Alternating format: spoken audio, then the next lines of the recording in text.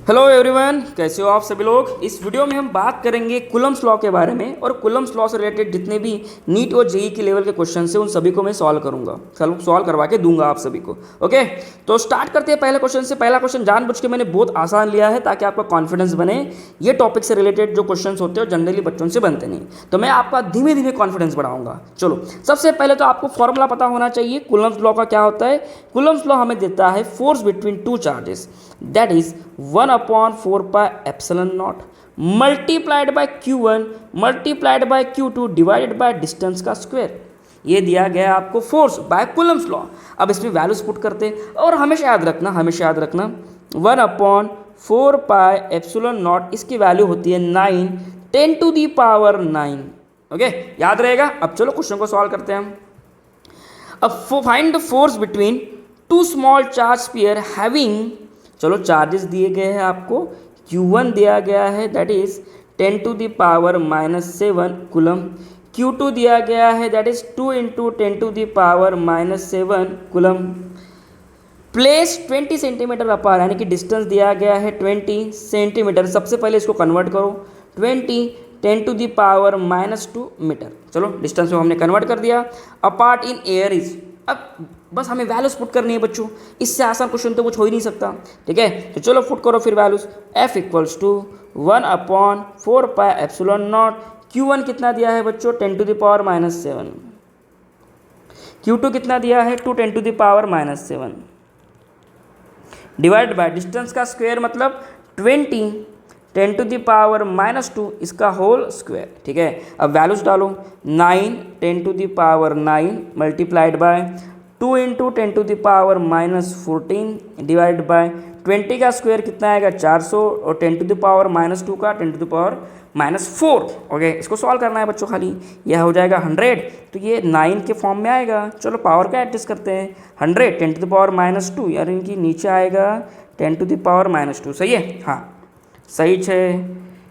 चलो उसके बाद 10⁻14, तो इसको सॉल्व करो। 9 10⁻9 और -14 कितना आएगा बच्चों? -5, और ये ऊपर जाने के बाद प्लस होगा that is +2। So the answer is 9 10⁻2 Newton.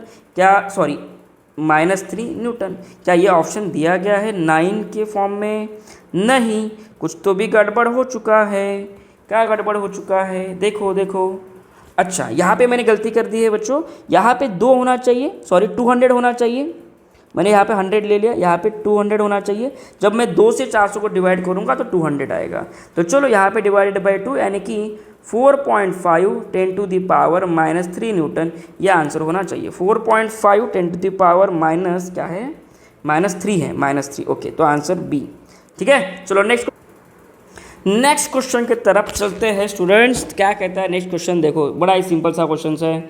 मैं नहीं चाहता कि आपका कॉन्फिडेंस डाउन हो, इसलिए मैंने इजी क्वेश्चन डाले हैं। इसके बाद क्वेश्चन डिफिकल्ट बना देंगे। चलो ठीक है। द कांस्टेंट के in the Coulomb's law, constant के मतलब ये देखो 1/4 पाई एप्सिलॉन नॉट। इत कब लिखते हैं हम? जब हमारे पास मीडियम जो होता है बच्चों वो सिर्फ एयर हो। तो यहाँ पे अगर मान लो कि अदर देन एयर मीडियम हो तो हमें के कांस्टेंट पुट करना पड़ता है। अब ये कांस्टेंट के जो है आपका सिर्फ और सिर्फ नेचर ऑफ मीडियम पे डिपेंड करता है। किस पे डिपेंड करता है? नेचर ऑफ मीडियम पे, बाकी किसी चीज़ पे डिपेंड नहीं करता। ओके, तो करेक्ट आंसर इज 1। चलो नेक्स्ट क्वेश्चन को तो देखो बच्चों, ये क्वेश्चन देखने में डिफिकल्ट लग रहा है खाली। इसका आंसर ना इतना पांचड़ आंसर है इस क्वेश्चन का, खाली देखने को डरा दिया, क्वेश्चन को बना के बच्चों को डरा दिया, खाली कुछ नहीं है। देखो सस्ता क्वेश्चन है ये तो काफ़ी। एक स्क्वायर दिया गया है भाई ने, यहाँ पे -4 कूलम का चार्ज रखा है, यहाँ पे +3 का चार्ज रखा है, यहाँ पे +3 का और यहाँ पे -4 का। सेंटर पे भाई साहब ने पूछा है कि बताओ भाई फोर्स कितना लगेगा। सबसे पहले हमेशा याद रखना बच्चों, अगर मान लो कि कोई चार्ज है और ये दूसरा चार्ज है, ये दोनों एक दूसरे से मान लो ये दोनों पे पॉजिटिव चार्ज हैं, तो ये दोनों चार्ज एक दूसरे को रिपेल करेंगे। लेकिन कैसे? तो हमेशा सबसे पहले ना एक लाइन ऑफ एक्शन ड्रॉ कर लेना। लाइन ऑफ एक्शन क्या होती है कि ये चार्ज इसको रिपेल तो करेगा लेकिन ये डायरेक्शन में रिपेल करेगा। ठीक है, ये चार्ज Q1 को रिपेल करेगा लेकिन ये डायरेक्शन में रिपेल करेगा। ठीक है, सिंपल था। उसी हिसाब से आप मुझे यहाँ पे बताओ, ये -4 कूलम का चार्ज रखते हैं और एक यहाँ पे एक -4 का चार्ज रखते हैं, तो इन दोनों के बीच में लाइन ऑफ एक्शन क्या होगी? कुछ ऐसी होगी, यानी कि दोनों -4 के जो चार्जेस है वो एक दूसरे को ऐसे रिपेल करेंगे। चलो मैं पेन का इंक चेंज कर देता हूँ। चलो ठीक है, ये साइड में रिपेल करेंगे, ठीक है। ये पॉइंट पे अगर मैं कोई चार्ज रख दूँ तो ठीक है, तो यहाँ पे ये दोनों फोर्सेस का मैग्नीट्यूड सेम होगा ना। जितने फोर्स ये -4 वाला चार्ज रिपेल कर रहा है उतने इससे रिपेल ये भी कर रहा है। क्यों? क्योंकि ये पॉइंट का यहाँ से डिस्टेंस सेम है। किसके कंपैरिजन में? इसके कंपैरिजन में, ठीक है। तो ये दोनों चार्जेस तो कट गए डायग्राम में से, हटाओ इनको। चलो डायग्राम मुझे फिर से बनानी पड़ेंगी, ओके। चलो डायग्राम फिर से बनाते हैं, लेकिन इन दोनों के कारण तो फोर्स चला गया। अब कौन लोग बचते हैं? अब बचते हैं बच्चों आपका यहाँ पे +3 कूलम और यहाँ पे +3 कूलम। इन दोनों के कारण अगर मुझे इस पॉइंट सेंटर पे अगर फोर्स निकालना है, ये दोनों भी रिपेल करेंगे इस पॉइंट को। अगर यहाँ पे मैं पॉजिटिव चार्ज रख दूँ, ये वाला चार्ज ये वाला चार्ज इसे इस डायरेक्शन में रिपेल करेगा और ये वाला चार्ज इसे इस डायरेक्शन में रिपेल करेगा। अगेन दोनों का मैग्नीट्यूड सेम होने के कारण चार्जेस का यहाँ पे फोर्स 0 हो जाएगा। तो नेट फोर्स क्या आएगा? 0, ठीक है। अब एक ट्रिक बताता हूँ, देखो ये बात किसी को बताना मत कि गावंडे सर ने बताई थी, काफ़ी हंसी वाली बात है, समझो। जब भी इलेक्ट्रोस्टैटिक में आपको ऑप्शन में 0 दिखा, जब भी इलेक्ट्रोस्टैटिक में आपको ऑप्शन क्या दिखा? 0 दिखा, और आपका दिमाग नहीं चल रहा होगा तो उस ऑप्शन को टिक कर देना, ठीक है। क्या कहा मैंने? अगर कभी भी आपका दिमाग नहीं चला इलेक्ट्रोस्टैटिक में और ऑप्शन में 0 दिया गया है तो करेक्ट कर देना, 0 को लिख के आगे बढ़ जाना। क्लियर? चलो आगे बढ़ते हैं, फिर नेक्स्ट क्वेश्चन की तरफ चलते हैं। नेक्स्ट क्वेश्चन क्या है? चलो अब ये क्वेश्चन को देखो। अरे यहाँ पे 2 क्वेश्चन मर्ज हो चुके हैं, तो मैं एक सेकंड इसे मैं हटा देता हूँ। चलो नेक्स्ट क्वेश्चन की तरफ बढ़ते हैं बच्चों।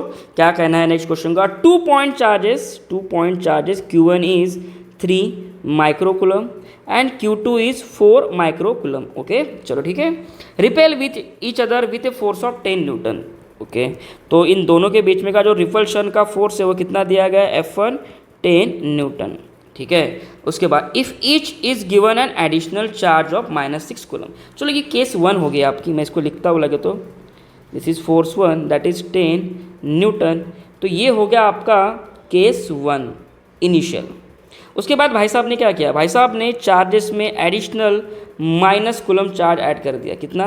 -6 माइक्रोकूलम ऐड कर दिया। क्या कर दिया? ऐड कर दिया। अब ज़रा देखो तो Q1 क्या बन जाएगा? Q1 के पास ऑलरेडी था 3 माइक्रोकूलम, उसमें आपने -6 ऐड किया तो सब्ट्रैक्ट करना पड़ेगा, नेट चार्ज हो जाएगा -3 माइक्रोकूलम।